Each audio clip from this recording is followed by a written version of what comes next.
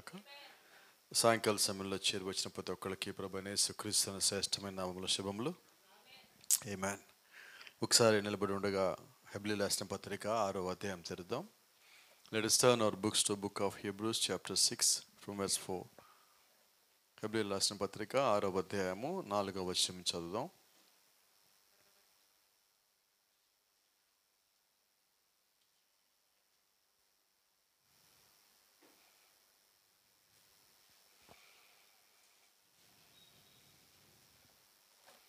Praise the Lord.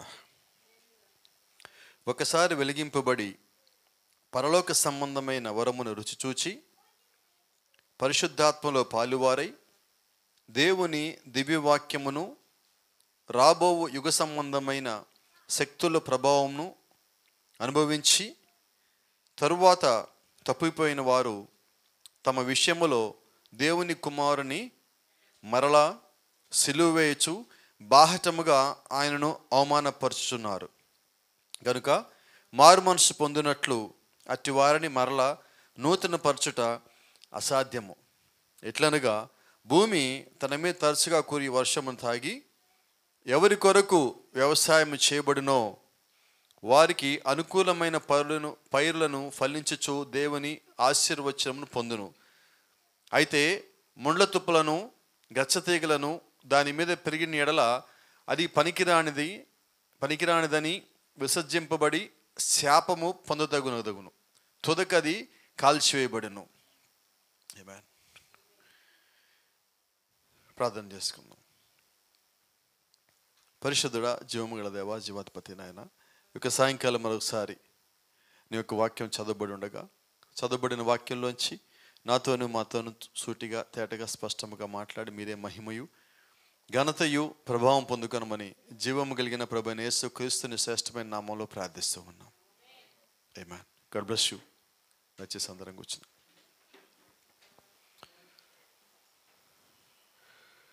Praise the Lord. Hallelujah. 9వ వచనం కూడా చూద్దాం. అయితే ప్రియులారా, మేము ఇలాగ చెప్పుచున్నాను, మీరు ఇంతకంటే మంచిదియు రక్షణకరమైనదియు అయిన స్థితిలోనే ఉన్నారని రూఢిగా నమ్ముచున్నాము. ఆమేన్. పైన ఉన్నదాని గురించి మాట్లాడుతా కింద పౌలు గారు చెప్తా ఉన్నారు. పైన ఒక స్థితి ఉన్నది. ఏ స్థితి ఉన్నదంటే 5వ వచనంలో ఒక మాట ఉన్నది. దేవుని దివ్యవాక్యమును రాబో యుగ సంబంధమైన శక్తుల ప్రభావంను అనుభవించిన తరువాత తప్పిపోయిన వారు. అంటే తప్పిపోయిన వారు ఏ స్థితిలో కూడా తప్పిపోతారో ఇక్కడ దేవుని యొక్క వాక్యం తెలియజేస్తున్నది. ఏమీ తెలియక తప్పిపోయాడు ఒకటి, తెలిసి తెలియని దాంతో తప్పిపోయాడు ఒకటి, అన్నీ తెలిసి బయటికి పోయేవారు కొద్దిమంది. ఈ 3 రకాల ప్రజలు సంఘంలో ఉంటారు. లేరు అంటే అది అబద్ధం. ఈ ప్రజలందరూ ఉండాల్సిన సంఘంలో అది నిజమై ఉన్నది. అయితే ఇక్కడ ఈరోజు ఆశ్చర్యం మాట్లాడుతుంది ఏంటంటే, అక్కడ ఒకసారి వెలిగింపబడి, ఈ మాట జాగ్రత్తగా ఉందామా, ఒకసారి వెలిగింపబడి అంటే ఒకసారి వాక్యం విన్నాం, ఒకసారి చర్చికి వచ్చాం, చర్చిలో కూడా మనం కూడా పాలి భాగస్థలం అయి ఉన్నాం, దేవుని శక్తి ఏంటో చూసాం, దేవుని ప్రభావం ఏంటో చూసాం, ఆయన మహిమ ఏంటో చూసాం, ఆయన స్వస్థత చూసాం, ఆయన కార్యాలు చూసాం, ఆయన వాక్యం విన్నాం, సంతోషించాం, ఆనందించాం, ఇదే సర్వస్వం అనుకున్నాం. కానీ మీరు గమనించండి, ఇప్పుడు నేను నా జీవితం తక్కువ అనుకుందాం, క్రైస్తవుడిగా నేను గడిపినది, నాకన్నా ఎక్కువ క్రైస్తవ జీవితాన్ని గడిపిన వారు మీరు. మీ జీవితంలో ఎంతమంది మీ కనుల ముందు వాక్యంలో బలంగా కనబడి ఆ తర్వాత వాక్యానికి పూర్తిగా దూరం అయిపోయి లోకంలోకి వెళ్ళిపోయిన వారు ఉన్నారో నాకన్నా ఎక్కువ మీకే తెలుసు.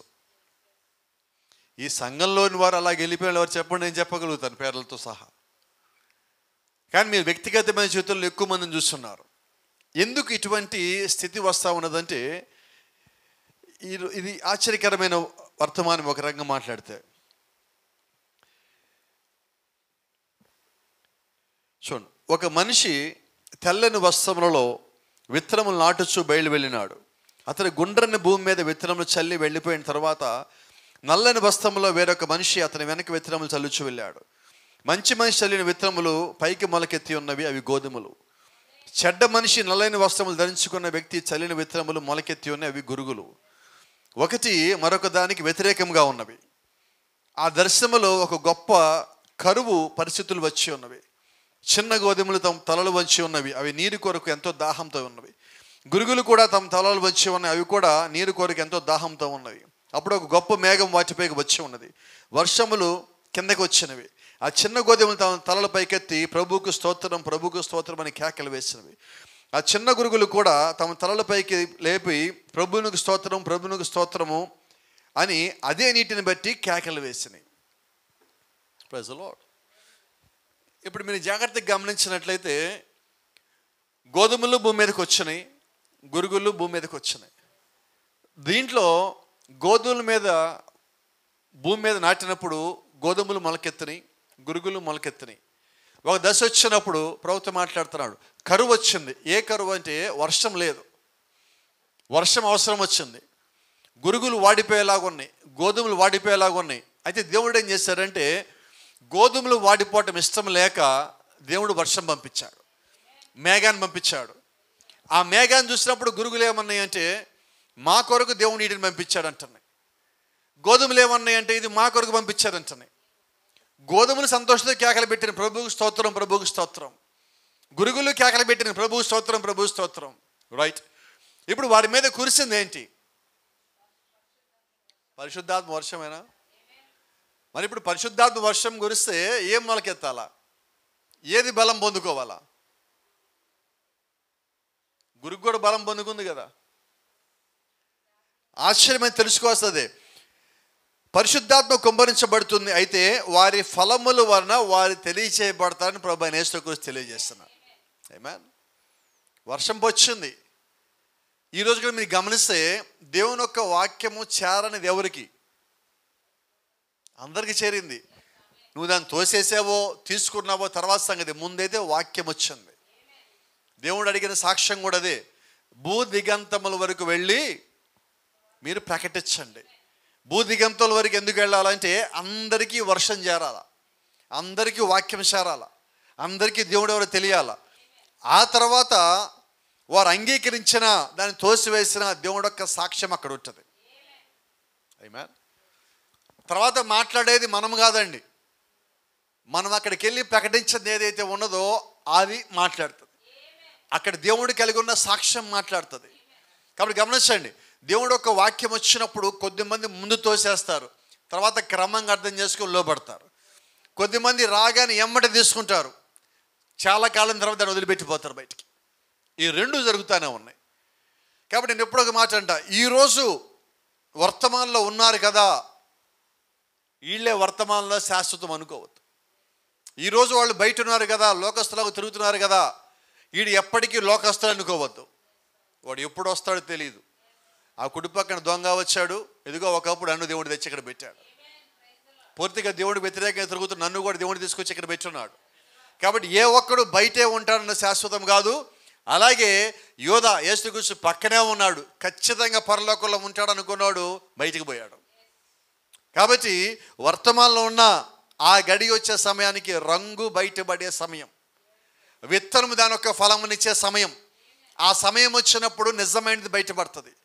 కాబట్టి చాలా జాగ్రత్త. ఒక్కసారి వెలిగింపబడిన తరువాత you must be careful, you must be very careful.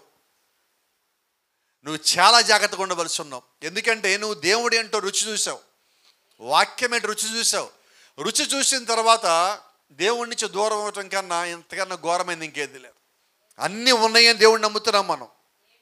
చూడండి, అక్కడ వర్తమానం ఒక మాట చెప్తా ఉన్నది.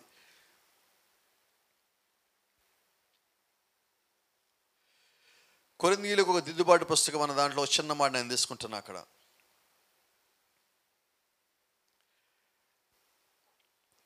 ఆత్మ యొక్క ప్రతిస్పందనను బట్టి వారు చేయి కార్యముల ద్వారా కాదు, వారు రోగును స్వస్థపరిచినా, లేక వారు భాషలతో మాట్లాడినా, లేక వారు ఆత్మలో నాట్యం చేసినా, లేక వారు ఈ విధముగా లేక ఆ విధముగా ఆనందించినా అది కాదు. వారు ఆ కార్యములన్నిటినీ చేసినను ఇంకను తప్పిపోయి ఉండవచ్చు.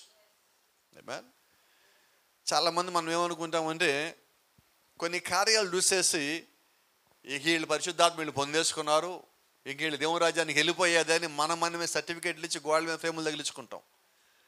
ఇది కానే కాదండి. మనం ఎవ్వడికి సర్టిఫికెట్ ఇవ్వద్దు, ఎందుకంటే సర్టిఫికెట్ ఇచ్చేవాడు దేవుడు. ఆయన ఒకసారి ఒక మాట అన్నాడు, అది ఆ సర్టిఫికెట్ ఇంక మారదు. భూమి మీద స్త్రీలు కన్నా అందరిలోకి యోహాను కన్నా గనుడు ఎవడు లేడు.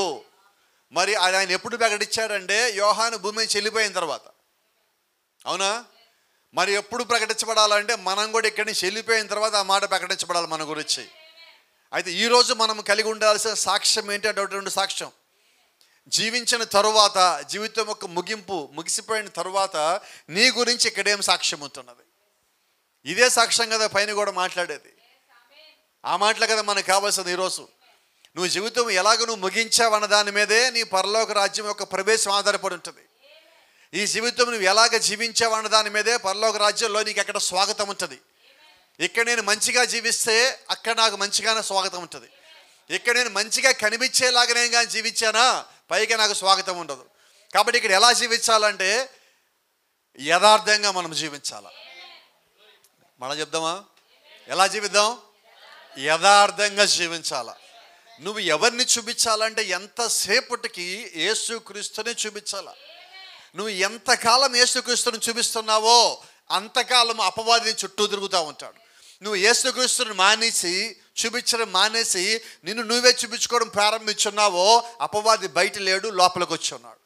కాబట్టి ఈరోజు మనం చేయాల్సిన పని ఏంటంటే క్రీస్తుని నువ్వు చూపిస్తూ ఉన్నప్పుడు ఎప్పటికీ ఆనందం వచ్చినా క్రీస్తే, బాధ వచ్చినా క్రీస్తే, సంతోషం వచ్చినా క్రీస్తే, దుఃఖం వచ్చినా క్రీస్తే, వ్యాధి వచ్చినా క్రీస్తే, నిందేసినా క్రీస్తే, తప్పిపోయిన క్రీస్తే, పడిపోయిన క్రీస్తే, జారిపోయిన క్రీస్తే, నేను ఏమై ఉన్నానో అది క్రీస్తు కృపను బట్టే అని నువ్వు ఎప్పుడైతే ప్రకటించే స్థితికి వచ్చున్నావో అప్పుడు నీ నిజమైన జీవితం ఏంటో బయటకు వస్తుంది.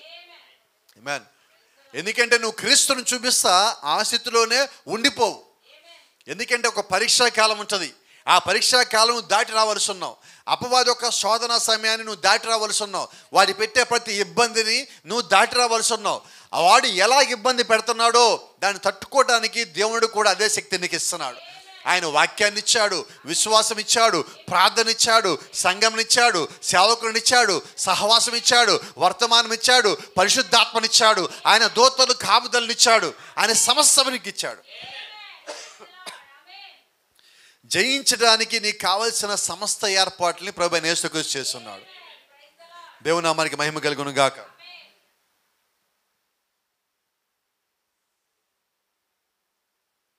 గమనించండి, ప్రభువు అంటున్నాడు కార్యములన్నీ నువ్వు చేయొచ్చు, అయితే అది నీలో ఉన్న నీ జీవమై ఉన్నది, అది ఒక తిరిగి జన్మించిన అనుభవమై ఉన్నది. నువ్వు ఏం కార్యములు నోటితో చేసావు, నువ్వు ఏమి కార్యములు ప్రార్థనతో చేసావు, నువ్వు ఏమి కార్యాలు చేస్తున్నావు అనేది పక్కన పెడితే నువ్వు మొట్టమొదటిగా తిరిగి జన్మించిన అనుభవం కలిగి ఉన్నావా? ఆమేన్. ఒక మాట, నేను సంఘానికి ఎంతకాలం నుంచి వస్తున్నాను అన్నది ప్రాముఖ్యం కాదు. నేను ఎన్నేళ్ళు వర్తమానం ఉన్నానన్నది ప్రాముఖ్యం కాదు. నేను బైబిల్ ఎన్నిసార్లు చదివాను అన్నది కూడా ప్రాముఖ్యము కాదు. నేను ఎన్ని వర్తమానాలు చదివాను, ఎన్ని కోడ్లు నేను గుర్తుపెట్టుకున్నాను, ఎన్ని కోడ్లు నా దగ్గర ఉన్నాయి అన్నది కూడా ఏ ప్రయోజనము కాదు. ఎందుకని ప్రయోజనము కాదంటే వాటన్నిటికన్నా ఎక్కువగా నీ జీవితం కనిపిస్తున్నది. అవునా? చూడండి, ప్రాఫిట్ తరగతి చెప్పే మాట, నువ్వు ఇక్కడ మాట్లాడే మాటల కన్నా పరలోక రాజ్యంలో నీ సాక్ష్యం ఎక్కువ మాట్లాడుతుంది అన్నాడు. అవునా? ఏ సాక్ష్యము? మనము చూడని సాక్ష్యము అక్కడ మాట్లాడుతుంది. అది దేవుడికి తెలిసిన సాక్ష్యము. కాబట్టి లోకస్తులు మనం వాళ్ళు ఎంత మెప్పించడం కోసం ప్రయత్నం చేసినప్పటికీ జ్ఞాపకం చేసుకుందాం, దేవుణ్ణి తృప్తిపరుస్తున్నామా? ఈరోజు మన అల్టిమేట్ గోల్ ఏంటంటే నేను వాక్యానుసారంగా జీవిస్తే సరిపోతుంది, అది దేవుణ్ణి తృప్తిపరచడమే. అయితే ఈరోజు మనం ఏం చేస్తామంటే దేవుణ్ణి ఎలాగ తృప్తిపరచాలని ఆలోచిస్తున్నాం. ఆశ్చర్యం ఎక్కడుంది? మనం జీవిస్తుంటే ఆయన తృప్తిపడతాడు. అయితే మనం ఏం చేస్తున్నాం? ఆయన ఎలాగ తృప్తిపరచాలని ఆలోచిస్తున్నాం. ఆ ఆలోచనలో మనం ఏం చేస్తామంటే నేను కదా జీవించాలని పక్క తెప్పిపోతున్నాం. ఈరోజు నేను యథార్థంగా జీవించినప్పుడు దేవుడు అంతకన్నా కోరుకున్నది ఏమన్నది? ఆయన ఏమడుగుతున్నాడు? నీ బలి అర్పణ నేను కోరలేదు, కానీ నువ్వు తీసుకొచ్చిన బలులు నాకు ఇంపైనవి కాదు అంటున్నాడు.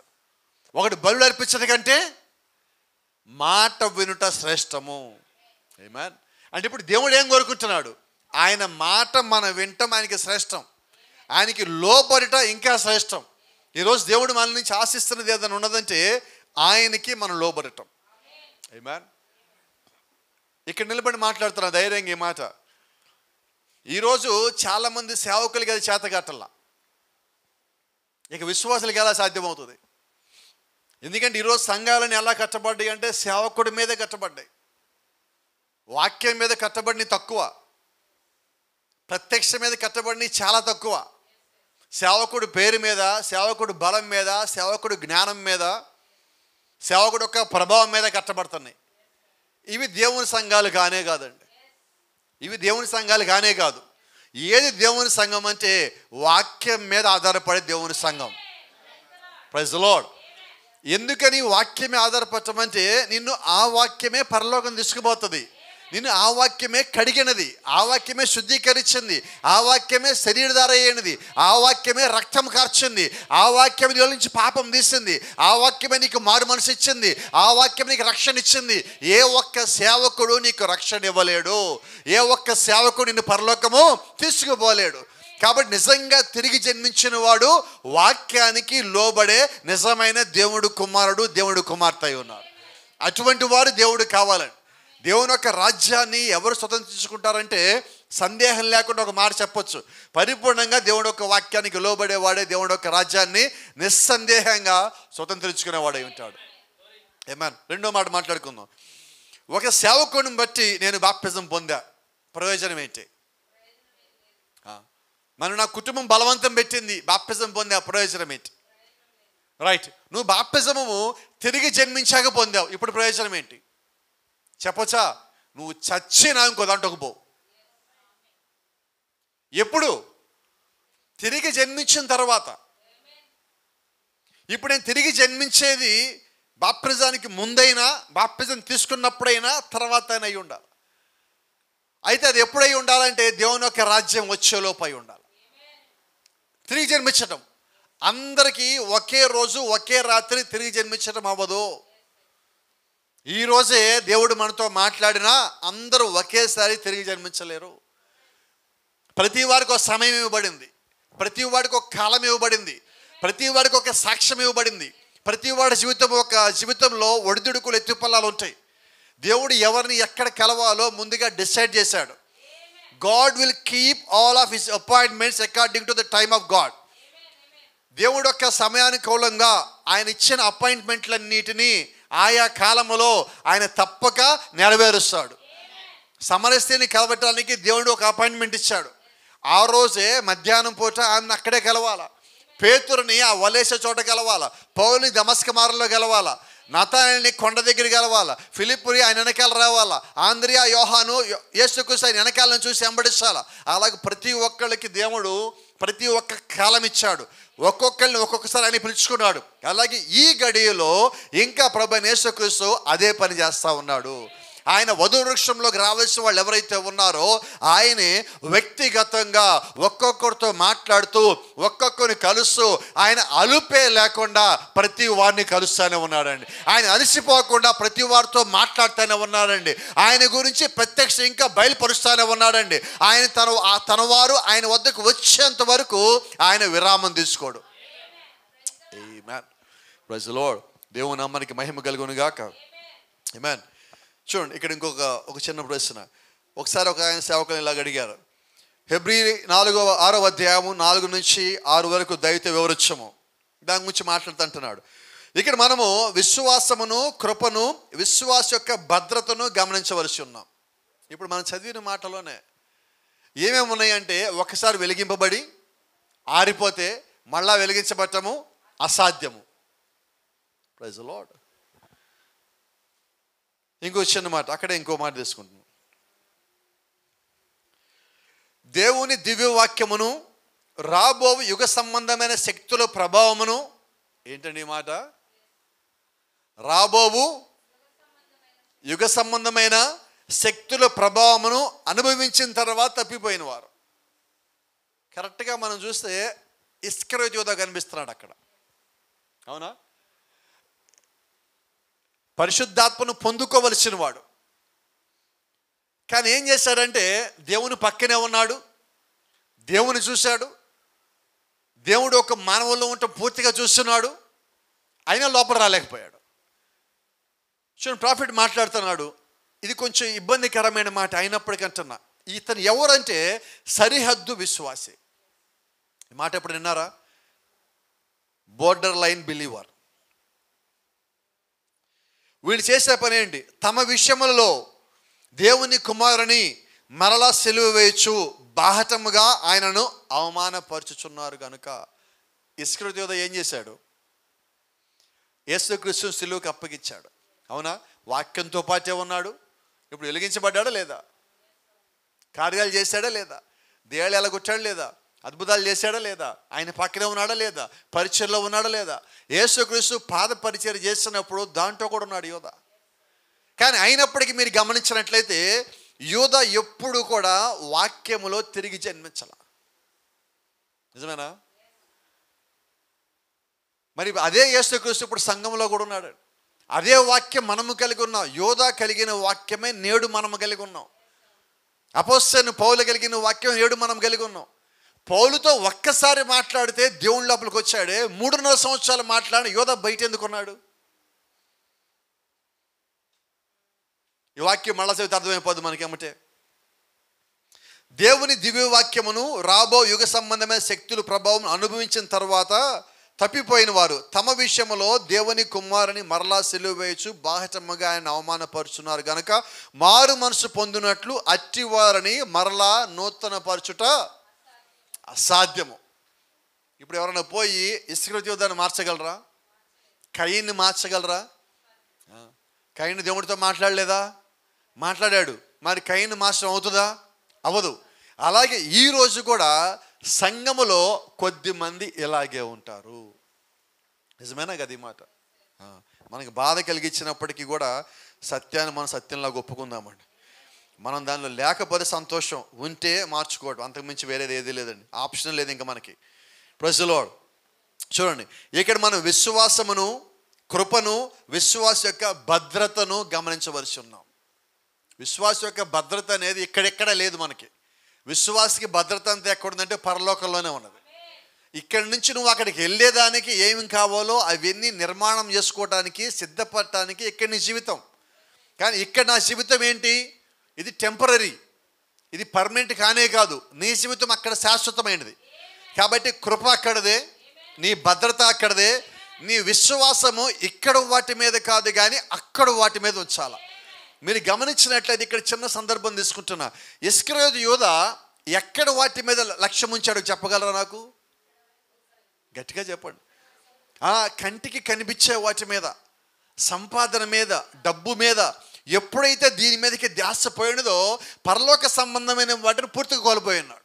కాబట్టి ఈరోజు మనం గమనించాల్సిన ఒకటే, నీ దృష్టి, నీ ఏకాగ్రత, నీ విశ్వాసము ఎక్కడ ఉండాలంటే ఇక్కడ ఉన్న వాటిని దాటి క్రీస్తు నీ కొరకు సిద్ధపరిచిన వాటి మీద ఎప్పుడైతే నువ్వు దృష్టి పెట్టగలిగావో, వాటి మీద విశ్వాసం ఉంచగలిగావో, వాటి వైపు నీ మనస్సును తిప్పుకోగలిగావో, బలహీనమైన నీ మనస్సుని యేసుక్రీస్తు అనే వాక్యానికి లంగరేసినప్పుడు, నీ లంగరు ఆయన తగిలినప్పుడు, నీ లంగర్ని ఆయన పట్టుకున్నప్పుడు, నువ్వు అలాంటి ప్రార్థనా జీవితం కలిగి ఉన్నప్పుడు నిశ్చయంగా నువ్వు ఇక్కడ వాటి మీద నీ దృష్టిని ఉంచలేవు, ఇక్కడ వాటిని చూడలేవు. ఇక్కడ వాటిని దాటి ఉన్నతమైన వాటి వైపు చూసే శక్తిని దేవునికి ఇచ్చున్నాడు. ఎందుకంటే నీ నిర్మాణమే ప్రత్యేకమైనది, నీ జాతి ప్రత్యక్షమైనది, నువ్వు ఉన్నతమైన స్థితిలో ఉండే జాతి గలదానివి. నేను పక్షిరాజుగా దేవుడు ఎందుకు పోల్చాడంటే అది భూమి మీద ఉండే అన్నిటికన్నా పైన ఉండే పక్షి అయి ఉన్నది. అలాగే దేవుని ఎందుకు పోల్చాడంటే నువ్వు ఇక్కడ ఉండేదానివి కావు, ఇక్కడ టెంపరీ.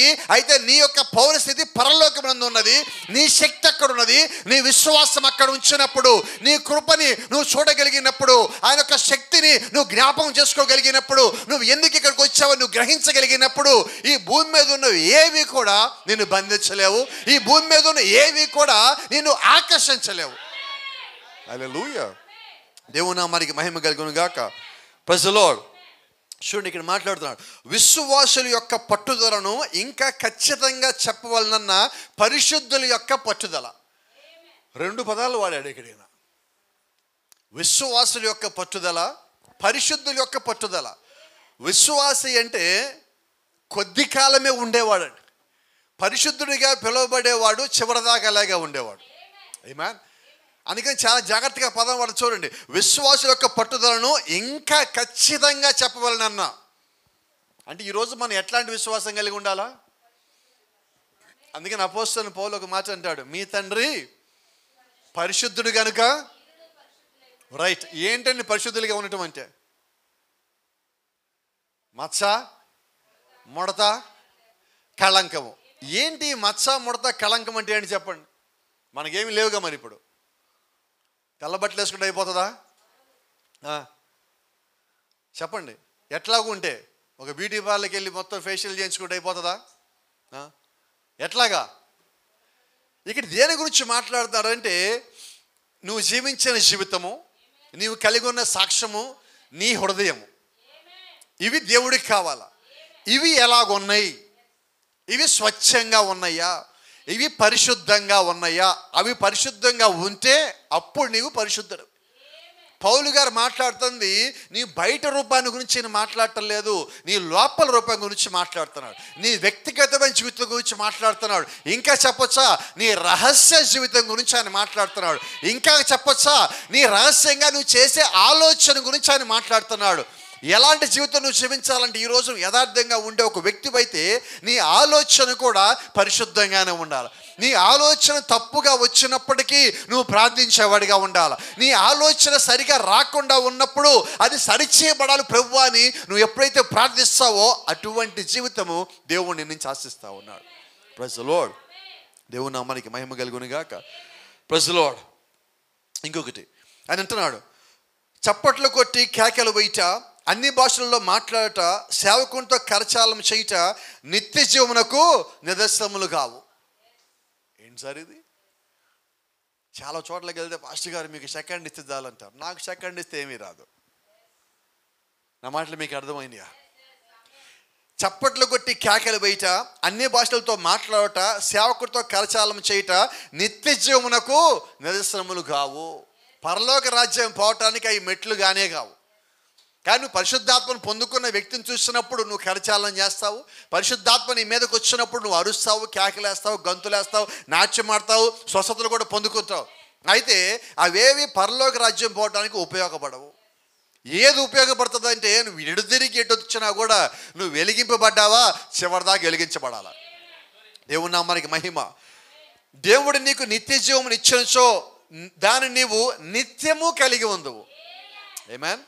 ఇలా మాట్లాడదాం. ఒకవేళ దేవుడుగా నన్ను పిలిచినట్లయితే ఆయన ఒక రాజ్యానికి, ఆయన ఒక నిత్య జీవము నా లోపల, ఆయనను పిలిచిన మొదలుకొని నేను ఆయన చేరుకున్న తర్వాత కూడా అలాగే ఉంటుంది. మారుతుందా? మధ్యలో మారనే మారదండి. మీరు అపోస్తలుడైన పౌలు జీవితం గమనించండి. దేవుడు అతన్ని పిలిచిన దగ్గర నుంచి, దేవుడు ఈయన తెలిసిన దగ్గర నుంచి, క్రీస్తు ఆయనతో మాట్లాడిన దగ్గర నుంచి, ప్రాణం పోతే అంటున్నాడు చావైతే లాభం.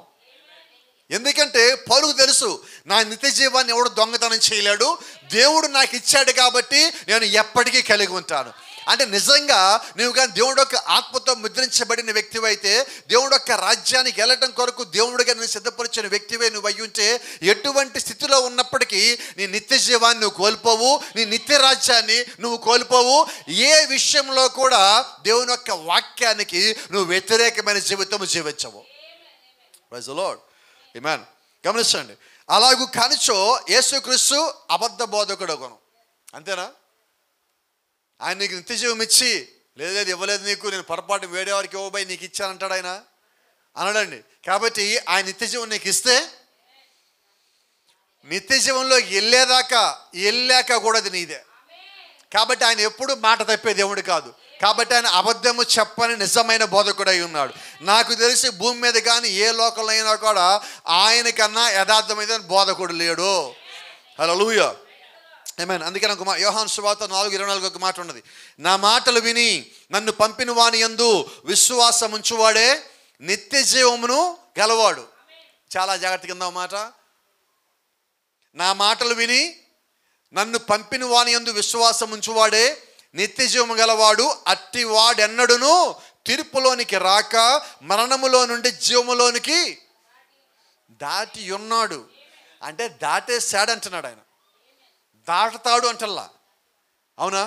అంటే ఆయన ఒక ఆలోచనలో ఒకసారి ఆయన మాటలను విని ఆయన ఒక రాజ్యంలోకి వెళ్ళి అర్హతగా నువ్వు కలిగి ఉంటే, నువ్వు దాన్ని కోల్పోవు, ఆయన దాన్ని విడిచిపెట్టడు.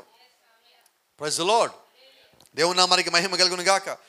రెండోది, మొదట నా తండ్రి ఆకర్షించదే కానీ ఎవడు నా యొద్దకు రాడు, మరియు తండ్రి నాకు అనుగ్రహించిన వారందరూ నా యొద్దకు వత్తురు. ఆమేన్. సో ఇక్కడ ఏం మాట్లాడతారంటే ఈయన ప్రభువైన యేసుక్రీస్తు ప్రీ డెస్టినేషన్ గురించి మాట్లాడుతున్నాడు. అంటే ముందు నిర్ణయంలోనే జరిగిపోయిన ఒక సంగతిని మనకి జ్ఞాపకం చేస్తున్నాడు.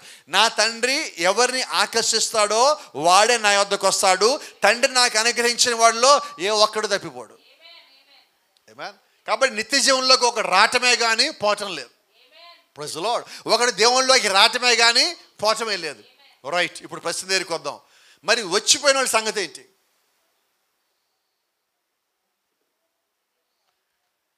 సంఘంలోకి వచ్చిపోయిన వాళ్ళ సంగతి ఏంటి? వర్తమానంలోకి వచ్చిపోయిన వాళ్ళ సంగతి ఏంటి? చర్చిలోకి మేము దేవుణ్ణి నమ్ముకున్నామని చెప్పి గొప్ప గొప్ప సాక్ష్యాలు చెప్పి వెళ్ళిపోయిన వాళ్ళ సంగతి ఏంటి? మాకు స్వస్థతల దగ్గర నేను చెప్పి వెళ్ళిపోయిన వాళ్ళ సంగతి ఏంటి? మరి వీళ్ళ సంగతి ఏంటి?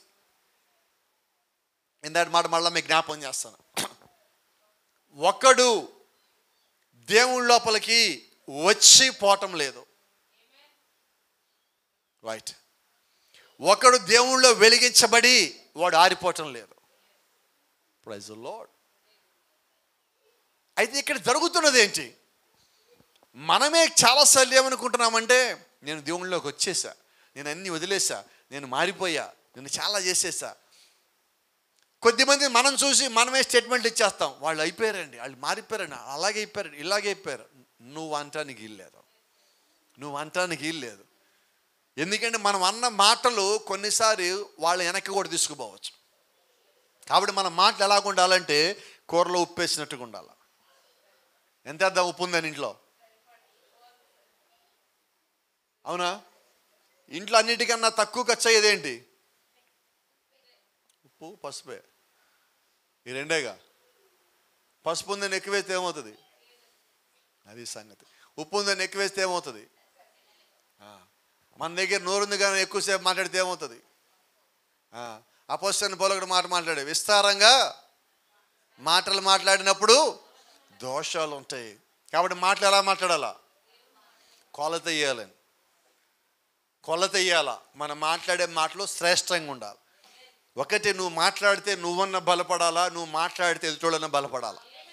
ఈ రెండు కానప్పుడు వదిలేసి. ఎందుకంటే ఆ మాటలు మనకి ఆ రెండు కానప్పుడు, ఒకటి నేను ఆత్మీయంగా బలపడాలా, ఏదైనా నువ్వు బలపడాలా. ఈ రెండు కానప్పుడు నాకు ఇచ్చిన మాట వల్ల ప్రయోజనం ఏంటి? ఒకటి క్రీస్తు గురించి సాక్ష్యం చెప్పాలా, రెండు క్రీస్తు గురించి ప్రకటించాలా. ఈ రెండు కాకుండా మూడో మాట మనకెందుకు? నీ వ్యక్తిగతమైన జీవితం ఒక మెట్టు పైకి ఎక్కుద్ది అనుకున్నప్పుడే నువ్వు మాట్లాడు. అది ఆత్మీయమైన జీవితమైన, ఆర్థిక సంబంధమైన జీవితమైన, వ్యక్తిగత జీవితమైన, లేదా నీ యొక్క బలహీనతల్లోంచి బయటికి రావటం కొరకు మాట్లాడు. ఇంకొకళ్ళు బలహీనంగా ఉంటే వాళ్ళని బయటికి తేటానికి మాట్లాడు. ఇది కాక మన దేనికి మాట్లాడద్దండి. Praise the lord. దేవుని నామానికి మహిమ కలుగును గాక. ఆమేన్. ఇక్కడ ఒక చిన్న మాట. ఒకటి పరిశుద్ధాత్మను పొంది ఉండవచ్చును, తరువాత వెనకకు జారిపోవచ్చును, కానీ అతడు అలాగూ చేయుట అసాధ్యము. నిజమేనా? ఎందుకంటే దేవుని యొక్క వాక్యం ఏమంటుందంటే ఒకసారి వెలిగింపబడిన వారు తిరిగి ఆరిపోయినట్లయితే వాళ్ళు మళ్ళీ వెలిగించడం అసాధ్యము. అదే మాట గుర్తుపెట్టుకుందాం. ఇక్కడ జాగ్రత్త గమనించండి. యేసుక్రీస్తు మాట్లాడటం గురించి ఆయన సరిహద్దు యూదులతో మాట్లాడుతున్నాడు. ఒకడు పరిశుద్ధాత్మతో నింపబడిన వారిని గురించి ఆయన ఎన్నడూ చెప్పలేదు, దేవుని వాక్యంను రుచి చూచిన తరువాత అని చెప్పాడు. ఎందుకంటే ఇస్కరియోతు యూదా పరిశుద్ధాత్మను పొందుకోవటానికన్నా ముందుగానే తప్పిపోయి ఉన్నాడు.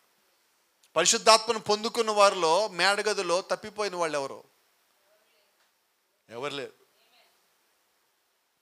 అంటే నిజంగా నువ్వు దేవుడు యొక్క ఆత్మనుగా నువ్వు పొందుకుంటే తప్పిపోవటం అన్నదే లేదు. అయితే కొన్నిసార్లు మనకి మనం ఒక అనుభూతిని కలిగి ఉంటాం. ఏంటి అనుభూతిని అంటే పరిశుద్ధాత్మను పొందేసుకున్నాం. నిజమేనా? నీకు అందరూ గుర్తున్న ఒక సంఘటన, పేరు చెప్పండి దయచేసి. 2019 యూత్ క్యాంప్లో ఒక సంఘటన జరిగింది, జ్ఞాపకం ఉన్నదా మీకు? ఒక సహోదరుడు పెద్దగా కేకలు పెట్టి అరిచి గందరగోళం చేసి నోట్లోంచి దాన్ని ఏమంటారు, ఉమ్ము నీరులా గారిపోతా ఉన్నది. ఏడుస్తా పెద్ద పెద్దగా వెనకాల అదే బిల్డింగ్ లాస్ట్లో నుంచొని కేకలు పెడతా ఉన్నాడు, పెద్ద పెద్దగా అరుస్తూ ఉన్నాడు. సంఘమంతా ప్రార్థిస్తూ ఉన్నది. అప్పుడు వాక్యం వినేటప్పుడు సంఘమంతా ప్రార్థించే పెద్ద పెద్దగా కేకలేస్తూ ఉన్నాడు. ఆయన భార్య అడిగినది, పాస్టర్ గారు ఏంటిది అని అడిగింది. అయిపోయాక మాట్లాడదామమ్మా అని చెప్పడం జరిగింది. అతన్ని అడిగాం, సోదర ఎందుకు అట్లా గరిచావు నువ్వు మీటింగ్లో అని అడిగినాం. పరిశుద్ధాత్మ నా మీదకి వచ్చినప్పుడు నేను అలా గరుస్తాను పాస్టర్ గారు అన్నాడు. ఆమె చెప్తా ఉన్నది, అంతకుముందు సంఘంలో కూడా ఇలా గరిచినందుకు అందరూ అవమానిస్తే అక్కడి నుంచి మానేసాం పాస్టర్ గారు. మేము 2 ఏళ్ళు సంఘం లేదు, లాస్ట్కి ఏదో రకంగా ఇక్కడికి వచ్చాము, ఇక్కడికి వచ్చిన దగ్గర నుంచి బాగున్నాడు, ఇట్లాంటిది ఏమీ లేదు, మళ్ళీ ఇప్పుడు బిగిన్ చేశాడు, నాకు చాలా కష్టంగా ఉంది పాస్టర్ గారు నా సహోదరు చెప్పడం జరిగింది. కూర్చోబెట్టి మాట్లాడతామని చెప్పాం. అయిపోయిన తర్వాత ఆదివారం రోజు అతను కూర్చోబెట్టి ఇంటికి తీసుకుపోయి మాట్లాడటం జరిగినది. అతను ఆ కేకలేసిన ఆనందం సంతోషంలో ప్రతి ఒక్కరికి ఎదురు సమాధానం చెప్తా ఉన్నాడు ఆ రోజు. అంటే నేను ఆత్మను పొందేసుకున్నాను, ఇక మీరెవరు నాకు చెప్పడానికి అన్నట్టు కొద్దిగా ఒక రకమైన ప్రవర్తన అతను ప్రవర్తించడం జరిగినది. ఎందుకంటే ఇక్కడ ఈ మాట చెప్తున్నాను, అంతకు ముందన్నాడు అతను అలా ప్రవర్తించాల. సుమారుగా ఒక 2 సంవత్సరాల పాటు ఎప్పుడు కూడా అతని గురించి ఏ నెగిటివ్గా మేము వినుండాల. చిన్న చిన్న ఏమైనా ఉంటే అవి అలాగొచ్చి అలాగపోయే కానీ సహజంగా సంఘంలో ఉండే విషయాలు కానీ పెద్ద ఏవి కాదు. ఇంటికి తీసుకుపోయి కూర్చోబెట్టి మాట్లాడితే అతను అంటాడు, అది పరిశుద్ధాత్మే పాస్టర్ గారు అంటాడు. ఎందుకని ఈ మాట చెప్తాను మీకు అర్థమవుతుంది. ఇప్పుడు అతను చెప్పా, అయ్యా నిజంగా నువ్వు పొందుకున్నది పరిశుద్ధాత్మ అయితే ఒక చిన్న ప్రశ్న అడుగుతాను, మరి అక్కడ వాక్యం బోధించింది ఎవరు అని అడిగాను. వాక్యం బోధించేది పరిశుద్ధాత్మేనా అని అడిగాను. పరిశుద్ధాత్మే పాస్టర్ గారు, అందుకే నా మీదకి పరిశుద్ధాత్మ వచ్చింది అన్నాడు. రైట్, మరి అక్కడి నుంచి పరిశుద్ధాత్మ వాక్యం బోధిస్తే మరి కింద నుంచి వచ్చిన ఆత్మ ఆ పరిశుద్ధాత్మని వ్యతిరేకించి డిస్టర్బ్ చేస్తుందా అని అడిగా. బైబిల్ చెప్తా ఉంది పరిశుద్ధాత్మ అల్లరికి కర్తగాడు. మరి వాక్యం జరుగుతూ ఉంటే అది వినబడకుండా నువ్వు కేకలేస్తావా, నీ దగ్గర ఏ ఆత్మ ఉన్నదని అడిగాను. ఈ మాట చెప్పడానికి ఒక 40 నిమిషాలు పెట్టింది నాకు. నీకు మనసు గాయపడకూడదు కదా. పరిశుద్ధాత్మ పొందేసుకున్న వ్యక్తికి నువ్వు పొందుకున్న పరిశుద్ధాత్మ కాదు నీ దురాత్మ అని చెప్పడానికి టైం పట్టుద్దా లేదా? సేవకుడికి వస్తే ఈ కష్టాలని ఎవడికి రావు. సంఘంలో ఎవడు చెప్పడు నీ దగ్గర దైవాత్మ ఉంది, ఎందుకు చెప్తారు? ఇప్పుడు ఎవరు చెప్పాలా? ఆయన అట్లా అరుస్తే సంఘం ఏమని చేస్తుంది? సంఘం ఎవరిని చూడదు. చూడండి, ప్రాఫిట్ చెప్తా ఉంటాడు, నోవాహు ఓడలోకి ఎక్కిన తర్వాత ఆ ఓడ వచ్చి ఒకసారి కిందకు వచ్చి నీళ్ళల్లో కొట్టగానే ఓడ మొత్తం తిరగబడితే అందరు నోవాహుని చూస్తున్నారని. నువ్వేగా ఓడెక్కిచ్చావు మమ్మల్ని. నోవాహు పైన కిటికీని చూస్తున్నాడు, ప్రభా నువ్వేగా లోపల పంపించావని. ఇప్పుడు నేనెవరిని చూడాలా? మన కిటికీలన్నీ మూసేసామే. అయితే వాక్యం దగ్గర తీసుకొచ్చావు పిల్లోడిని. అయ్యా ఇది వాక్యం చెప్తా ఉన్నది, నువ్వు చేసింది ఇది. నేను కేకలు పెట్టి అరిచేసి నువ్వు వాక్యంలో ఉన్నాను పరిశుద్ధాత్మ అంటున్నావేమో. నీ ఇంట్లో ఉన్న నీ భార్య అంటుంది ఇది నీ దగ్గర పొందుకుని పరిశుద్ధాత్మ కాదు, ఇది దురాత్మ అని. రెండోది, నువ్వు సాక్ష్యం చెప్తానని చెప్పి వచ్చావు, నువ్వు సాక్ష్యం చెప్తా ఉన్నావు. నువ్వు ఒక వ్యక్తి నా పక్కన కూర్చొని ఉంటే ఆ వ్యక్తిని చూసి ఆయన యేసుక్రీస్తు అని చెప్తున్నాడు సాక్ష్యంలో. వచ్చిన ఆయనకి నేను తర్జుమా చేస్తున్నా. ఎప్పుడైతే నీ మాట చెప్పానో ఆయన లేచి అతని దగ్గరించి మైకి లాక్కున్నాడు. మీ అందరూ చూశారనుకుంటారు, చూశారు కదా. ఇది పరిశుద్ధాత్మ కాదు దురాత్మ అని చెప్పినాడు ఆయన ఆ రోజు అక్కడే. నా మాటలు మీకు అర్థమవుతున్నాయా? ఎప్పుడైతే ఈ సంఘటన జరిగినదో అతని చర్చి క్రమంగా తగ్గిపోయినది. పరిచర్యకు దూరం అయిపోయాడు. ఏంటంటే పాస్టర్ గారిని అవమానపరిచారు, నా దగ్గర దేవుడి ఆత్మ కాదన్నారు. లాస్ట్కి ఎలాగంటే చాలా భయంకరమైన స్థితిలో ఆ యవనస్తుడు చనిపోయాడు. మీకు అందరూ తెలుసు, సంఘంలో కూడా ప్రకటించాం. కన్నుగుడ్లలోంచి కూడా రక్తం బయటకు వచ్చి, శరీరంలో అన్ని భాగాల్లోంచి రక్తం బయటకు వచ్చి అతను చనిపోవడం జరిగినది. అందుకే నేనేమంటానంటే చాలా జాగ్రత్త. అపవాది కొన్నిసార్లు మనల్ని భ్రమకు గురి చేస్తాడు. నువ్వు ఆత్మను పొందేసుకున్నావు అన్న ఒక భ్రమకు తీసుకొని వస్తాడు. ఈరోజు చెప్తుంది అదే, నిజంగా అతను పరిశుద్ధాత్మ పొందుకున్న వ్యక్తి అయితే లోకంలోకి ఎందుకు వెళ్ళిపోయాడు? మళ్ళా ఎందుకు తాగుడికి అలవాటు అయ్యాడు? ఒకసారి నువ్వు తిరిగి జన్మించినట్లయితే నువ్వు మళ్ళా జీవితంలో ఎప్పుడు అక్కడికి పోతావా? అతని మనసు గాయపడకూడదని ఎంత ఓపిక పెట్టామంటే సంవత్సరం పాటు ఓపిక పెట్టి అతనితో మాట్లాడుతూనే ఉన్నాం. సంఘం మానేసిన తర్వాత కూడా 8-9 నెలలు అతను మాట్లాడుతూనే ఉన్నాం. ఎందుకంటే నిజంగా తిరిగి జన్మించిన వ్యక్తి అయితే వాక్యాన్నే చూడాలా, వ్యక్తిని చూడకూడదు. ఇది దేవుని యొక్క వాక్యము కాదు నువ్వు చేస్తుందని చెప్పడానికి నిజంగా సేవకుడు చాలా కష్టం. అది మనసుకి గాయం అవుతుందేమో, బాధ కలుగుతుందేమో, ఎలాగ మారుతారో తెలియదు కదా. ప్రార్థిస్తా, దేవుడు సహాయం చేయాలని అడుగుతూ ఆ సహోదరుడు చివరిదాకా చెప్పడం జరిగినది. ఇంకా కొద్ది రోజుల్లో ఒక 1 వీక్ లోపల అతను చనిపోతాడు అన్నప్పుడు కూడా అప్పుడు కూడా వాదన చేస్తూ ఉన్నాడు. అప్పుడు కూడా వాదనే. కానీ ఏదేమైనా దేవుడికి అప్పచెప్పామంతే. అతను అలా వెళ్ళిపోవటం కాదు మాత్రము అది బాధ కలిగించేదే. కాబట్టి ఈ రాత్రి కూడా మళ్ళా మీకు చెప్పే సంఘటన అదే. ఒకసారి వెలిగించబడిన తరువాత ఆరిపోతే వాళ్ళు మళ్ళా రావటం అసాధ్యం. అయితే ఇక్కడ వాక్యం ఏమంటుందంటే వెలిగించబడ్డాక ఆరిపోవటమే లేదంటుంది. ఈ రాత్రి నా మాటలు మీకు అర్థమవుతాయి అనుకుంటా.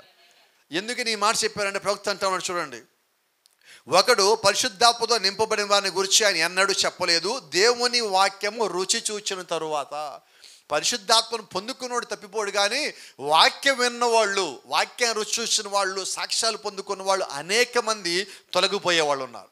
వాళ్ళ గురించి ఒక మాట మాట్లాడుతున్నాడు చూడండి. మీరు ఆ జనులను చూచున్నారు, వారు అలాగే నిలిచి ఉందరు, వారు లోనికి రారు లేదా బయటికి పోరు, వారు పరిశుద్ధాత్మను ప్రశంసించదారు, వారు వచ్చుదారు. బహుశా వారిలో పరిశుద్ధాత్మ కొంత పని చేసినందున వారు లేచి కేకలు వేయరు, నేల మీద పడి పైకి కింద గంతులు వేరుదురు. అయితే వారు దాన్ని స్వయంగా మాత్రము ఎన్నడూ పొందలేదు. అంటే ఎలాగంటే ఈరోజు మనం సంఘంలోనే ఉండొచ్చు, దేవుని యొక్క వాక్యం వినొచ్చు, పరిశుద్ధాత్మను చూడొచ్చు. ఇది పరిశుద్ధాత్మే, ఈరోజు సంఘంలోకి వచ్చింది పరిశుద్ధాత్మే, దేవుడు మాట్లాడాడు అని అన్నీ ఒప్పుకోవచ్చు. అయితే దాన్ని పొందుకోలేకపోతున్నాం. ఇది బాధాకరమైనది. ఈరోజు చూడండి, వారు దాని రుచి చూసినంత దగ్గరగా వచ్చారు, అయినా కానీ వారు దాన్ని పొందుకోలేదు. వారు ఎవరనగా సరిహద్దు విశ్వాసులు. Praise the lord. బాధే కదా ఇది. అన్నీ చూసి దాన్ని పొందుకోలేకపోతే ఏంటి? దేవుని కార్యాలు చూసి, ఆయన శక్తి చూసి, ఆయన ప్రభావం చూసి, ఆయన మహిమను చూసి, ఆయన తేజస్సును చూసి, ఆయన కృపను చూసి, అన్నీ చూసి దానిలో ఏది పొందుకోలేకపోతే నిజంగా చూడండి. ఒకసారి ఇస్కరియోతు యోధాన్ని జ్ఞాపకం చేసుకోండి. ఏమి చూడలేదు ఇస్కరియోతు యోధా యేసుక్రీస్తులో? సమస్తం చూశాడు, సమస్తం ఆయన చూపించాడు.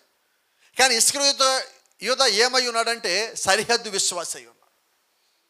ఆ గీత దాటి లోపలికి రావటంలా, అక్కడే ఉన్నాడు, అక్కడి నుంచి అన్నీ చూస్తున్నాడు. ఇటు బయటికి పోవటల్లా, ఇటు లోపలికి రావటల్లా, ఇక్కడే ఉన్నాడు. ఒకసేపు ఇటు తిరిగి యేసుక్రీస్తు అన్నీ చూస్తున్నాడు, ఇంకోసారి అటు తిరిగి డబ్బులు మూడు చూస్తూ ఉన్నాడు. ఎలాగ రాగలడు? దాన్నే మనం ఏమంటామంటే బోర్డర్ లైన్ బిలీవర్, సరిహద్దు విశ్వాసి. నువ్వు క్రీస్తులోనూ లోకంలోనూ ఉండలేవు. క్రీస్తు నీకు యజమాని అయితే లోకం నీకు ఒక యజమాని. నువ్వు ఇద్దరు యజమానుల దగ్గర పని చేయలేవు. కాబట్టి నువ్వు ఎవరో ఒక్కడే నీకు యజమాని అయి ఉండాలా. ఆ ఒక్కడే ప్రభువైన యేసుక్రీస్తు అయి ఉండాలి. ఆయన నీకు యజమాని అయినప్పుడు నువ్వు ఆయనకి లోపడగలవు. ఎందుకంటే నీకు భయం ఏంటి? నా యజమాని ఏమంటాడో అని. నువ్వు ఇద్దరి దగ్గర పని చేస్తే ఏమంటావు? ఇక్కడికి వెళ్ళకపోతే ఈయన ఏమంటాడు, ఆడికి వెళ్ళకపోతే ఆయన ఏమంటాడు. కానీ ఒక్క యేసుక్రీస్తు దగ్గర పని చేస్తే ఆయన ఏం చెప్పాడు దానికి లోబడేవాడిగా ఉంటావు కదా. ఈరోజు నీకు యజమాని ఒక్కడే ఉండాలా. ఒక్కడే యజమాని అయిన వాడే విశ్వాస అయి ఉన్నాడు. ఒక్కడే దేవుడిని వెంబడించేవాడే నిజమైన దేవుడు కుమారుడు కుమార్తె అయి ఉన్నారు. కాబట్టి ఈరోజు గమనించండి, చూసారా, వారు దానిని రుచి చూచునంత దగ్గరగా వచ్చారు, అయినా కానీ వారు దానిని పొందుకోలేదు. ఇప్పుడు రుచి చూసారా? చూడలేదు. వాళ్ళు చూడలేదు. ఇంకా రకంగా రుచి చూడటం అంటే కాదేశు బర్నియా దగ్గర ఏం జరిగినది జ్ఞాపకం ఉండదా? ఇక కాదేశు బర్నియా దాటితే కనాను. ఇప్పుడు కనాను ముందు వీళ్ళు వచ్చి ఆగారు. ఇది లాస్ట్ స్టేజ్. ఈ స్టేజ్ దాటి అవతలకి పోవాలా. ఇక్కడి నుంచి 12 మంది అవతల పక్కకి వెళ్ళారు. ఈ 12 మంది వెళ్ళి ఏం చేశారు?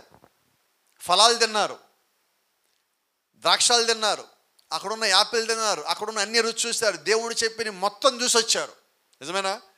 వచ్చి యువతలకు వచ్చాక ఏం సాక్ష్యం ఇచ్చారు?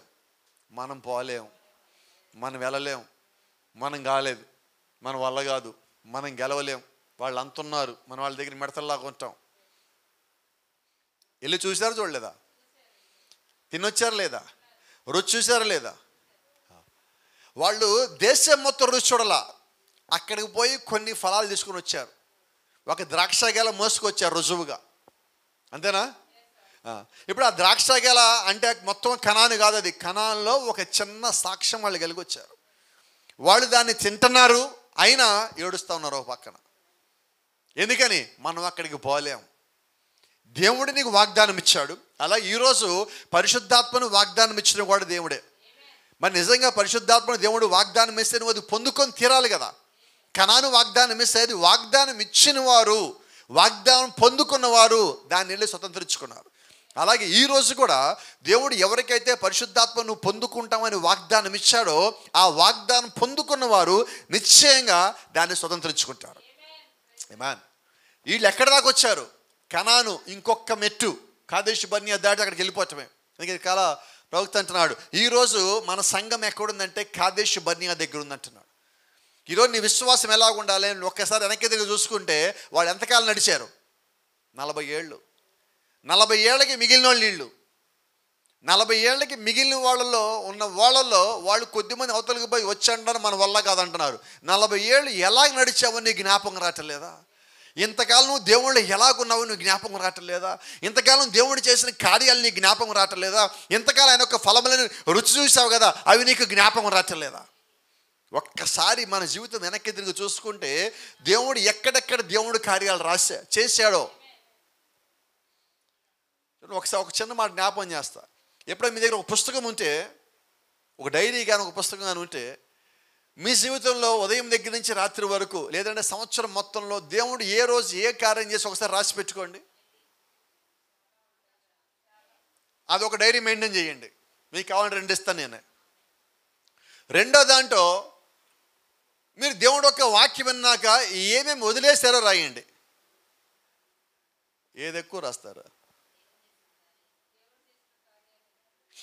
రాసి చెప్పొచ్చా మీకు? రెండో దాంట్లో కూడా కొన్ని రాస్తా, ఇది వదిలేసా అని. కానీ మీరు నిజంగా యథార్థంగా ఉంటే వదిలేసిన వాటిని మళ్ళీ కొట్టేస్తారు కొన్నిసార్లు. ఎందుకో తెలుసా?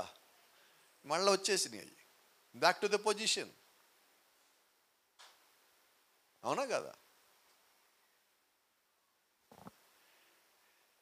Praise the lord. దేవుని నామానికి మహిమ కలుగును గాక. దేవుని యొక్క రాజ్యానికి వెళ్ళటము, రెప్పపాటి కాలంలో శరీరం మారటము చాలా సులభం, చాలా సులభం అది. ఎందుకంటే ఆ సమయంలో మీరేం చేయక్కర్లా. కానీ సమస్య ఏంటంటే ఆ రెప్పపాటి కాలం నువ్వు మారటానికి జీవితకాలం చేయాలి. ఇది సమస్య. నిత్యజీవంలోకి వెళ్ళిపోవటం ఈజీయే, కానీ వెళ్ళేలాగా జీవించడం కదా కష్టం. ఇప్పుడు ఆయన చెప్తుంది అదే. మనం వాక్యాలు చూస్తున్నాం, అన్నీ చూస్తున్నాం, మనం చూడండి ఏంటో ఒకటి చెప్పండి నాకు. ఏం తెలియలేదు ఈరోజు మనకి దేవుడి గురించి. నాకు ఇంకా దేవుడి గురించి తెలియాలి అంటానికి నీకు తెలియంది ఏంటో చెప్పు. ఏం లేదండి. ఎందుకంటే ఈరోజు మనం ఏ స్థితికి వచ్చామంటే, నేను నమ్ముతా ఉన్నా ప్రతి విశ్వాసి బోధించే స్థితికి ఆల్రెడీ వచ్చాడు. ఎవరు ఆమని చెప్పలేదు ఒక్కరు కూడా. మీరు చెప్పకపోయినా నాకు ఆ సంగతి తెలుసు. మనం కదిలిస్తే చెప్పమా ఇంకొకటి వాక్యము? ఎందుకు చెప్పట్లేదు? ఎందుకంటే ఇప్పుడు మనం ఏమయ్యామంటే, ఇప్పుడు విశ్వాసులు కాదండి, విశ్వాసులు సేవకులు ఎక్కువైపోయారు. సంఘంలో బోధించేవాళ్ళు లేరా? ఉన్నారు. అయితే నిలబడి బోధించేవాళ్ళు తక్కువ, కానీ కూర్చొని అందరికీ బోధించేవాళ్ళు చాలామంది ఉన్నారు. ఎస్సా నోనా? ఎస్సే. మీరు అవునన్నా కాదన్నా నాకు తెలియదు సత్యము. ఇక్కడికి వచ్చి మైకి పట్టుకుంటే కొంతమంది రాస్తారు, ఒక తెల్ల పేజీ ఇచ్చి నోట్స్ రాయమంటే ఎక్కడ వస్తుంది తెలుసా? పైన ఇక్కడ బిగిన్ చేస్తారు. ఎటు వెళ్తుంది? స్ట్రైట్గా పోతుంది. ఇటు నుంచి ఎలా వస్తుంది? ఇంద్రధనుసులాగా వస్తుంది. అవునా? మన ఇక్కడికి వచ్చి మాట్లాడమని 2 ముక్కలు, అదే వర్షధనుసు మళ్ళీ బొమ్మకి ఇస్తారు. ఎక్కడ అయిపోయాను పాస్టర్ గారు, మేము ఏం మాట్లాడేది మాకు అర్థం కాలేదు. ఏముంది పాస్టర్ గారు, అడిగి వెళ్ళాక ఉంటుంది, అలాగే ఉంటుంది. ఇక్కడికి వచ్చిన తర్వాత ఇక్కడ గమనించాల్సిన సంగతి ఏంటంటే, ఈరోజు విశ్వాస యొక్క స్థాయి పెరిగినది. వాక్యము ఈరోజు వాక్యము దాని స్థాయి ఏంటో పరిపూర్ణతకు వచ్చినది. ఆ పరిపూర్ణతకు వచ్చిన ఒక స్థాయిని దేవుడు విశ్వాస లోపల పెట్టాడు. ఇప్పుడు విశ్వాస యొక్క స్థాయి పెరిగినదండి. మీరు గమనించలేని సంగతి, క్రీస్తు రాకడ దగ్గరికి అవుతుందంటే అర్థం ఏంటి తెలుసా? విశ్వాసి క్రీస్తు స్థాయికి వస్తున్నాడని. ఆమేన్. ఎందుకంటే విశ్వాసి వధువులాగా మారాలి. వధువు అంటే క్రీస్తు యొక్క శరీరంగా మారాలి. మరి ఆ స్థితిలోకి మారితే ఆయన వస్తాడు కదా. అంటే ఆయన వచ్చేసరికి ఇక్కడ ఉన్న భూమి మీద ఉన్న ఆయన యొక్క శరీరం ఎలా తయారవ్వాలంటే క్రీస్తు వలె. అంటే ఇప్పుడు విశ్వాసి స్థానం ఏంటి? క్రీస్తులో స్థానం. అంటే ఇప్పుడు విశ్వాసి ఎలా కావాలంటే క్రీస్తు కలిగి ఉన్నంత పరిపూర్ణమైన వాక్యంలోకి రావాలి. Praise the lord. మరి ఆ స్థితికి రావటం అంటే చిన్న విషయం, పెద్ద విషయమా? మేము ఇంకా ఇనే స్థితిలోనే ఉన్నామంటే నడవదండి. నువ్వు విని ఇప్పటికే చాలా మారి ఉన్నావు, ఇంకా మారాల్సింది ఉన్నది. నేను మొత్తం మారిపోయానంటానికి వీల్లేదు. ఎందుకంటే మనం చచ్చేదాకా మారుతూనే ఉంటాం. ఎలాగో చెప్పనా, ఇప్పుడు 10 ఏళ్ళ పిల్లల్ని చూసామనుకోండి, 10 ఏళ్ళ పిల్లల్లో చేసే తప్పులు మనలో లేవు. నిజమేనా? ఎస్సా నోనా? రైట్. ఇప్పుడు మన వయసులో చేసే తప్పులు మనలో ఉన్నాయి, ఆ వయసులో చేసే తప్పులు మన దగ్గర లేవు. కాబట్టి ఇప్పుడు మనం వాళ్ళకి చెప్పగల స్థితిలో ఉన్నాం, అవునా? కానీ ఇప్పుడు మనము చెప్పేసే స్థితిలో ఉన్నాం. ఎందుకని? ఈ వయసుకి మనకి ఇంకా చెప్పేది కావాలా, ఆ వయసుకి మనం చెప్పగలం. ఎలాగంటే ఆ వయసు దాటి వచ్చిన అనుభవంతో మనం ఇప్పుడు నేర్చుకున్న దాంతో, వాక్యం మాట్లాడింది కానీ, ప్రపంచాన్ని చూసింది కానీ, దేవుడు ఇచ్చే జ్ఞానం కానీ, మనం తిన్న దెబ్బలు కానీ, మనం కలిగిన అనుభవం కానీ, అన్నిటినీ కలిపి పిల్లలకి మనం నేర్పిస్తున్నాం. ఎందుకంటే నాకు ఆ వయసు ఇవన్నీ దొరకలా అని ఇప్పుడు నేను నేర్పిస్తున్నా. నిజమేనది. అయితే ఈ వయసులో నేను చేసే తప్పులు ఇప్పుడు నాకు తెలియదండి. ఈ వయసు దాటాక మళ్ళీ నాకు తెలుస్తుంది. అప్పుడు నేను ఈ వయసులో కూడా చెప్పగలుగుతా. అంతేనా కదా? Praise the Lord. ఆమేన్. కొంచెం జాగ్రత్త. సరిహద్దు విశ్వాసులు వారు దాన్ని రుచి చూచినంత దగ్గరగా వచ్చారు, అయినా కానీ వారు దాన్ని పొందుకొనలేదు. చూసారా? వారు అలాగూ చాలా కాలం నుండి చూస్తూ నిలబడి ఉన్నారు, కొంతకాలంకు వారు పూర్తిగా తప్పిపోతారు. నిజమేనా ఈ మాట? మనం చూసామో చూడలేదు అలా కొద్దిమందిని. చెప్తా ఉన్నాం, నువ్వు అలాగ ఉండకు, నువ్వు ప్రార్థనలో ఉండు, నువ్వు సంఘంలో ఉండు, సహవాసానికి రా, నీ గురించి ప్రార్థిస్తాము, నువ్వు దేవుణ్ణి అడుగు, దేవుణ్ణి నమ్ము, దేవుడి మీద నమ్మకం ఉంచు, విశ్వాసం ఉంచు, ప్రార్థన ఉంచు అని చెప్పినప్పుడు మనల్ని విమర్శ చేసిన వాళ్ళు లేరా? దేవుడు ఏం చేశాడు, దేవుడు ఏం చేస్తాడు, నేను ఎప్పటి నుంచో ప్రార్థన చేశా, ఇక దేవుడి వల్ల కాదు.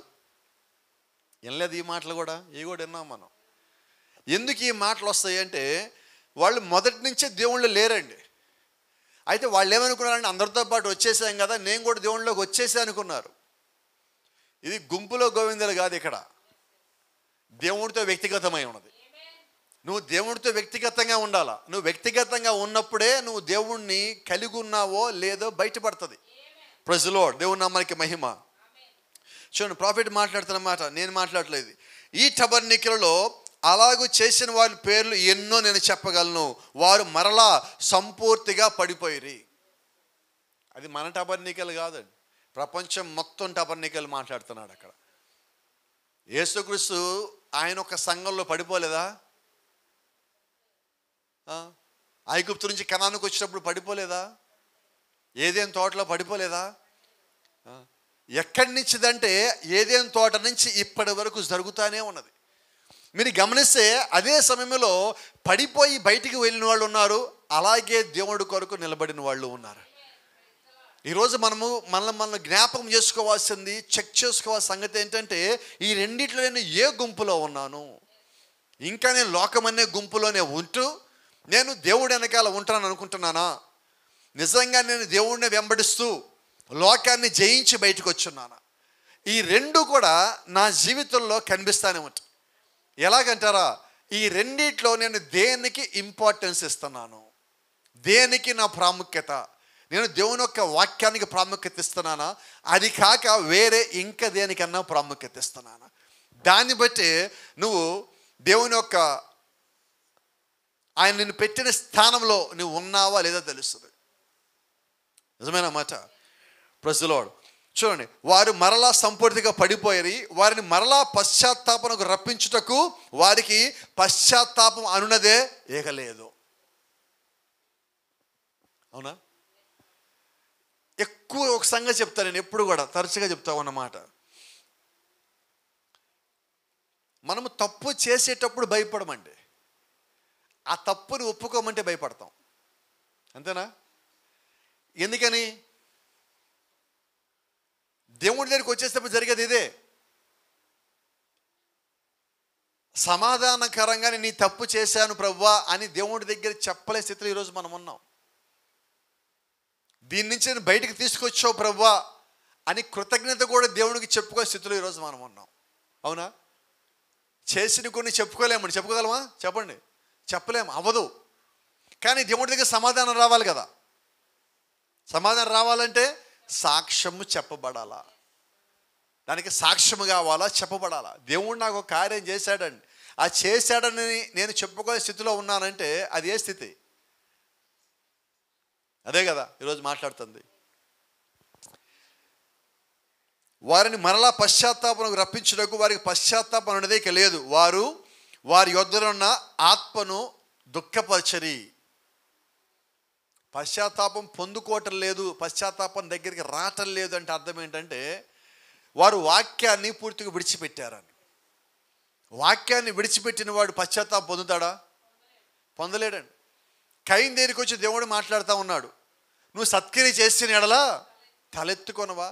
ఇదిగో నీ తమ్ముడిలాగా నువ్వు చేస్తే నీ బలిని అంగీకరించరా? ఇప్పుడు దేవుడే వచ్చి నేరుగా వాక్యం చెప్తున్నాడు కయీనుకి. దేవుడే వచ్చి కయీనుకి వర్తమానం చెప్తున్నాడు. అక్కడ ఎవరు లేరు, నేరుగా కయీనుతోనే మాట్లాడుతున్నాడు. తప్పు చేసి వచ్చాడు కయీను. ఆ తప్పును ఒప్పుకుంటున్నాడా? ఒప్పుకోవట్లేదు. ఎందుకని ఒప్పుకోవట్లేదంటే అసలు పశ్చాత్తాపం అనే గుణలక్షణమే కయీనులో లేదు.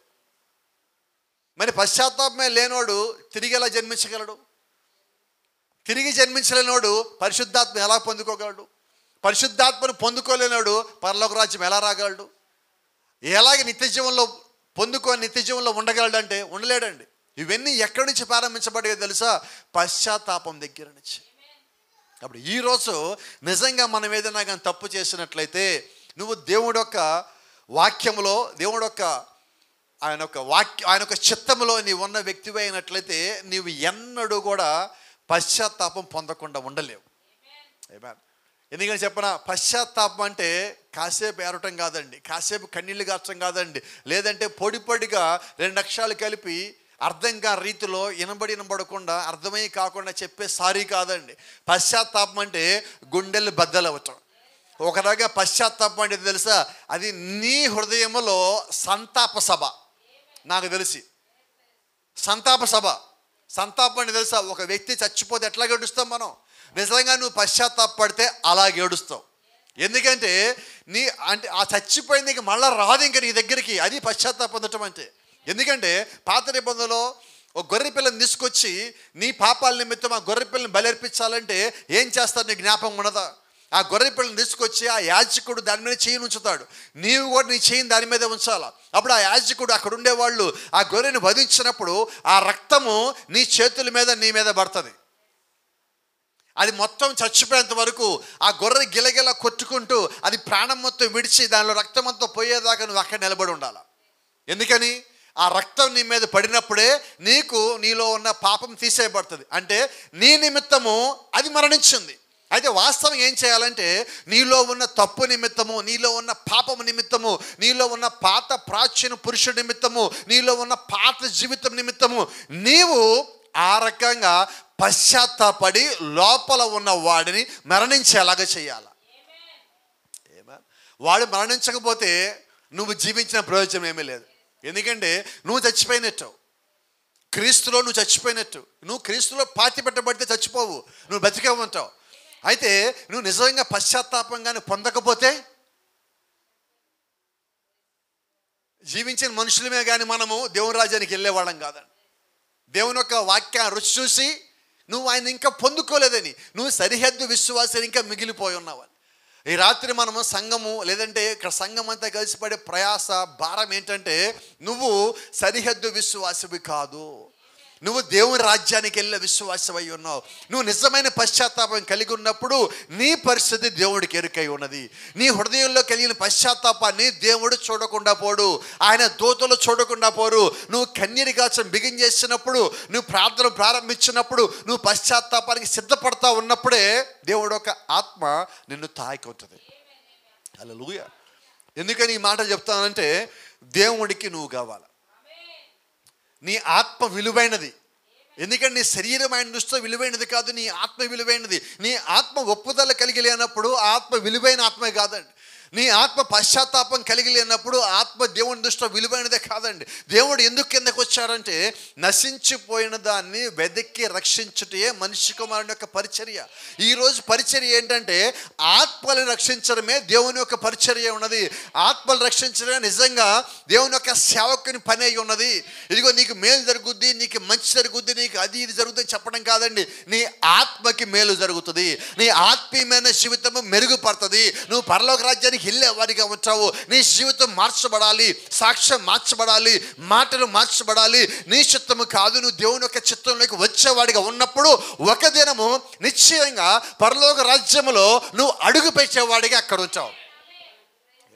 ఎందుకు మనం ఇక్కడ ప్రయాస కలిగి, ఎందుకు భారం కలిగి ఉన్నది? Praise the lord. చెయ్యకూడనిది వారు వారి వద్దనున్న ఆత్మను దుఃఖపరచరి, వారు చాలా దగ్గరకు వచ్చారు. ఎంత దగ్గరగా అంటే వారు ఆత్మను చూశారు. ఇస్కరియోతు యూదా ఎంత దగ్గరికి వచ్చాడు? క్రీస్తుని చూశాడు. కయీను ఎంత దగ్గరికి వచ్చాడు? దేవుడితో మాట్లాడుతున్నాడు. బిలాము ఎంత దగ్గరికి వచ్చాడు? దేవుడితో మాట్లాడుతున్నాడు.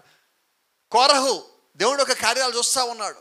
మీరు గమనించినట్లయితే చాలామంది దేవుడికి సమీపంగా వచ్చారు. సంఘంలో నడిచాడు కోరహు అయితే ఏకంగా. బిలాము దేవుడు యొక్క సేవకుడిగా ఉన్నాడు. కయీను దేవుడితో మాట్లాడిన వ్యక్తిగా ఉన్నాడు. యూదా దేవుడితో కలిసి పరిచర్య చేసిన వ్యక్తిగా ఉన్నాడు. అయినప్పటికీ వారందరూ ఎందుకు తొలగిపోయారంటే వారెవరు తిరిగి జన్మించని కారణం చేత. ఈరోజు దేవుడు అంటున్నాడు, నువ్వు నీటి మూలంగా కానీ ఆత్మ మూలంగా కానీ తిరిగి జన్మించవలసి ఉన్నావు. నువ్వు ఏదో రకంగా జన్మించాలా. నువ్వు తిరిగి జన్మించినప్పుడు నీ దగ్గర పశ్చాత్తాపం ఉన్నదా లేదా? ఖచ్చితంగా ఉంటుంది. నేను తిరిగి జన్మించానంటే అర్థమేంటో తెలుసా? నా పాత జీవితం నిమిత్తము నేను దుఃఖపడేవాడిగా ఉన్నాను. ప్రవక్త ఏంటి మారు మనసు అంటే, నేను మారాను అని తెలిసేలాగా నీ మనసు అంతా ఏడుస్తుంది, నీ హృదయం ఏడుస్తుంది. నువ్వు మనసు అంతా పశ్చాత్తాపం, ఒక భారం కలిగి ఉంటావు. ఆ భారాన్ని తీసేసేవాడు మళ్ళా దేవుడే. ఆయన కృపను బట్టి ఆ భారాన్ని తీసేస్తాడు. నువ్వు కలిగి ఉన్న పశ్చాత్తాపాన్ని బట్టి ఆయన హృదయంలో ఉన్న కన్నీటిని తీసివేసే దేవుడై ఉన్నాడు. ఈరోజు ఆ దేవుడిని మనం కలిగి ఉన్నాం. కాబట్టి జ్ఞాపకం పెట్టుకోండి, ఒకసారి వెలిగింపబడి వాడు ఆరిపోవటం అన్నది లేనే లేదు. ఎందుకని లేదంటే నువ్వు పరిశుద్ధాత్మను పొందుకుంటే నువ్వు మళ్ళా తప్పిపోయే అవకాశమే లేదు. కానీ వాక్యమే నువ్వు జారిపోవచ్చు, వాక్యమే నువ్వు పడిపోవచ్చు. ఎందుకంటే వాక్యము పనిచేసేంత వరకు నువ్వు ఇంకా నిలిచి ఉండలేదేమో. వాక్యం పనిచేసేలాగా నువ్వు ఇంకా విశ్వాసాన్ని కలిగిలేమేమో. వాక్యం పనిచేసేలాగా నువ్వు ప్రార్థనా జీవితం కలిగిలేవేమో. వాక్యం నీ జీవితంలో పనిచేసేలాగా నువ్వు సాక్ష్యాన్ని కలిగిలేవేమో. ఎందుకంటే వాక్యం పనిచేసిన తర్వాతే పరిశుద్ధాత్మ లోపలికి వచ్చేవాడై ఉన్నాడు. యోధా 3.5 సంవత్సరాలు ఉన్నాడు. దేవుడు 3.5 సంవత్సరాలు పరిశుద్ధాత్మనివ్వాల. వాక్యం పనిచేసి ఆ చివరి గడి వచ్చి ఆ కాదేశు బర్నియా దాటి లోపలికి పోవాలా. యోధా ఆ ఒక్కరోజు దాటితే కరెక్ట్గా 50 రోజుల పరిశుద్ధాత్మను పొందుకునేవాడు. ఆ ఒక్క రాత్రి యథార్థంగా జీవించినట్లయితే. మరి ఒకవేళ జ్ఞాపకం చేసుకోండి, ఈ రోజే ఆ రోజు అయితే, ఈ రాత్రి ఆ రాత్రి అయితే, యోధాకి అవకాశం ఇచ్చిన దేవుడే మనకి అవకాశం ఇస్తున్నాడేమో. బిలాము కూడా అవకాశం ఇచ్చా విడిచిపెట్టలేదండి. దేవుడు ఏ ఒక్కరికి అవకాశం ఇవ్వకుండా వదిలిపెట్టలా, అవకాశం ఇవ్వకుండా తీర్పు తీర్చలా. ఈ రాత్రి ఒకవేళ ఇక్కడున్న మనలో ఎవరో ఒక్కరి నిమిత్తమో లేకపోతే అందరి నిమిత్తమో దేవుడి వాక్యం ఇచ్చినట్లయితే ఇప్పుడే దేవుడి ఎదుటికి వచ్చి మనం ఎందుకని పశ్చాత్తాపాన్ని పూర్తిగా లోపల మొత్తం బయటికి పోయేలాగా మనం పశ్చాత్తాపడితే ఈ రాత్రి నిశ్చింతంగా ఇంటికి పోయి మనం నిద్రపోవచ్చు కదా. భారం మొత్తం బయటపడేయచ్చు కదా. ఎందుకంటే ఈ గడియే ఒకవేళ చివరి గడి అయితే, రేపు దినమే ఒకవేళ ఎత్తబాటు అయినట్లయితే, ఆయన ఒక కృప ఈ రాత్రి మన కొరకు ఈ వాక్యం తీసుకొచ్చినట్లయితే, ఆయన ఒక ప్రేమ ఈ రాత్రి మనల్ని ప్రేమించి వాక్యం పంపించినట్లయితే, నిశ్చయంగా మన యొక్క స్థితి, మన యొక్క స్థానము ఆయన యొక్క చిత్తంలోకి మార్చడానికి దేవుడు ఈ రాత్రి మాటలు మన మధ్యలో ఉంచాడేమో. కాబట్టి ఈ రాత్రి మన హృదయంలో ఏ దోషం ఉందో మన ఇంట్లో వాళ్ళకి తెలియదండి, పక్కన వాళ్ళకి తెలియదండి, బంధువులకు తెలియదండి, స్నేహితులు తెలియదండి. అయితే లోపల ఏం దోషం ఉన్నదో, ఏ అపరాధం ఉన్నదో, ఏ తప్పు ఉన్నదో, ఏ మోసం ఉన్నదో, ఏ వాక్యానికి వ్యతిరేకమైన ఉన్నదో ఎవ్వరికి తెలియదు. కానీ అది నీకు మాత్రమే తెలుసు, అది నిన్ను చూచిన క్రీస్తుకి మాత్రమే తెలుసు. కాబట్టి ఈ రాత్రి ఆయనకి మరుగైంది ఏదీ లేదు. ఈ రాత్రి ఆయన కోరుకుంటున్నది నువ్వు ఏది మరుగు చేయొద్దు. నీ జీవితంలో ఉన్న సమస్తమును ఆయన ముందు పరిచినప్పుడు ఆయన ఏం తీసేయాలనుకుంటే ప్రభువా నేను సిద్ధంగా ఉన్నా. నా హృదయాన్ని ముందు పరిచున్నా. ఆటంకంగా ఉన్నది, అడ్డంకిగా ఉన్నది, ఇబ్బందికరంగా ఉన్నది, శోధనకరంగా ఉన్నది ఆ పాత జీవితము, ఆ ప్రాచీన పురుషుని యొక్క స్వభావము, ఆ పాత పద్ధతి, ఆ రోత జీవితము, ఆ ఆడంబర జీవితము, ఆ బయట జీవితము ఈ రాత్రి నాలో ఉండకుండా తీసే ప్రభువా నువ్వు కానీ అడిగితే తీసేసే దేవుడు మన మధ్యలోనే ఉన్నాడు. కృప చూపించే దేవుడు మన మధ్యలోనే ఉన్నాడు. సమాధానం ఇచ్చే దేవుడు ఆయన మన మధ్యలోనే ఉన్నాడు. ఆ బలహీనత నుంచి నిన్ను దాటించే దేవుడు మన మధ్యలోనే ఉన్నాడు. అవకాశం పోగొట్టుకుంటే మళ్ళా రాదేమో.